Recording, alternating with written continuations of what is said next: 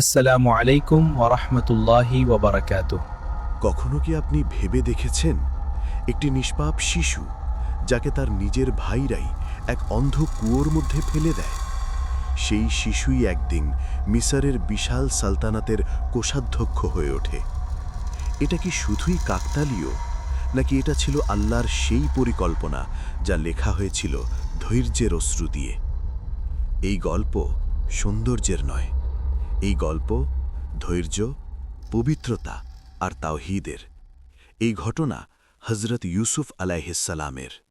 হজরত ইউসুফ আলাইহিসসালামের ঘটনা পবিত্র কোরআনে বলা হয়েছে আহসানুল কাসাস, অর্থাৎ সবচেয়ে সুন্দর কাহিনী।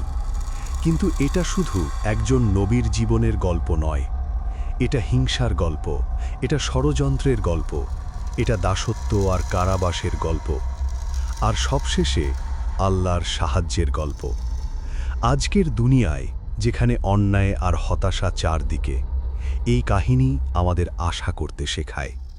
মৃদু আলো, নীরব রাত, একটি শিশু, ছোট ছোট চোখে অদ্ভুত এক দীপ্তি। হজরত ইউসুফ আলাইহিসসালাম তার পিতা হজরত ইয়াকুব আলাইহিসসালামকে বলেন, আব্বা, আমি স্বপ্নে দেখেছি 11টি তারা, সূর্য আর চাঁদ আমাকে সিজদা করছে। ইয়াকুব আলাইহিসসালাম বুঝে যান এটা কোনো সাধারণ স্বপ্ন নয়, এটা নবুয়তের আলামত। তিনি বলেন, বেটা, এই স্বপ্ন তোমার ভাইদের বলো না। শয়তান মানুষের প্রকাশ্য শত্রু। বালি উড়ছে, নীরবতা ভারী, ভাইদের অন্তরে আগুন জ্বলে উঠেছে। ইয়াকুব ইউসুফকে আমাদের চেয়ে বেশি ভালোবাসেন। হিংসা বিবেককে ঢেকে ফেলে, একটি ষড়যন্ত্র রচিত হয়। নিষ্পাপ শিশুটিকে এক অজুহাতে বাইরে নেওয়া হয়, আর তারপর এক অন্ধ কুয়ো, গভীর, নীরব, ভয়ঙ্কর। ইউসুফকে কুয়োতে ফেলে দেওয়া হয়, কিন্তু আল্লাহ সেখানে উপস্থিত ছিলেন। একটি কাফেলা থামে। পানি তুলতে গিয়ে কুয়ো থেকে উঠে আসে একটি শিশু, ইউসুফ। তাকে মিশরে নিয়ে যাওয়া হয়, বাজারে বিক্রি করা হয়। মিশরের আজিজ তাকে নিজের ঘরে নিয়ে যান। কুরআন বলে, আমি ইউসুফকে সেই দেশে মর্যাদা দিয়েছিলাম। আল্লাহ নীরবে ভাগ্য লিখে চলছিলেন। প্রাসাদের দরজা বন্ধ। আজিজের স্ত্রী, ক্ষমতা, রূপ, প্রলোভন। ইউসুফকে ডাকা হয়, কিন্তু ইউসুফ বলেন, আমি আল্লাহর আশ্রয় চাই। দরজা খুলে যায়, সত্য প্রকাশ পায়। কাপড় পেছন দিক থেকে ছেঁড়া। ইউসুফ নিষ্পাপ প্রমাণিত হন, তবুও তাকে কারাগারে পাঠানো হয়।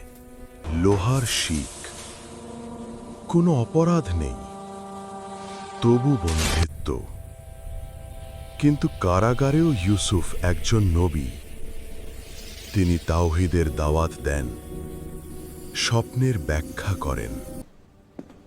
একজন মুক্তি পায়। সে বলে, আমি বাদশাকে বলবো, কিন্তু সে ভুলে যায়। বছর কেটে যায়। মিশরের প্রাসাদ, অস্থিরতা। বাদশাহ একটি স্বপ্ন দেখেন, 7টি মোটা গাভী, 7টি শুকনো গাভী, সবুজ শীষ, শুকনো শীষ। কেউ ব্যাখ্যা করতে পারে না। হঠাৎ কারাগারের সেই লোকটি বলে, ইউসুফ। তিনি স্বপ্ন বোঝেন। ইউসুফ ব্যাখ্যা দেন, 7 বছর সমৃদ্ধি, তারপর 7 বছর দুর্ভিক্ষ। সমাধানও জানান। বাদশাহ বিস্মিত হন, কিন্তু ইউসুফ বলেন, আগে আমার নির্দোষতা প্রমাণ করুন। তদন্ত হয়, সত্য বেরিয়ে আসে, ইউসুফ নির্দোষ। দরবার, বাদশাহ বলেন, আজ থেকে তুমি আমাদের আমিন। একজন দাস আজ মিশরের কোষাধ্যক্ষ। দুর্ভিক্ষ আসে, মানুষ শস্য নিতে আসে, আর ইউসুফের ভাইরাও আসে। চোখ ভরে আসে। ভাইয়েরা চিনতে পারে না, কিন্তু ইউসুফ চিনে ফেলেন। সত্য প্রকাশ পায়। ভাইয়েরা কাঁদে, ক্ষমা চায়। ইউসুফ বলেন, আজ তোমাদের ওপর কোনো অভিযোগ নেই। আল্লাহ তোমাদের ক্ষমা করুন। ইয়াকুব আলাইহিসসালামের চোখের দৃষ্টি ফিরে আসে। স্বপ্ন পূর্ণ হয়। এই কাহিনী আমাদের শেখায়, ধৈর্য কখনো বৃথা যায় না, পবিত্রতা কখনো পরাজিত হয় না, আর আল্লাহর পরিকল্পনা আমাদের চিন্তার চেয়েও বড়।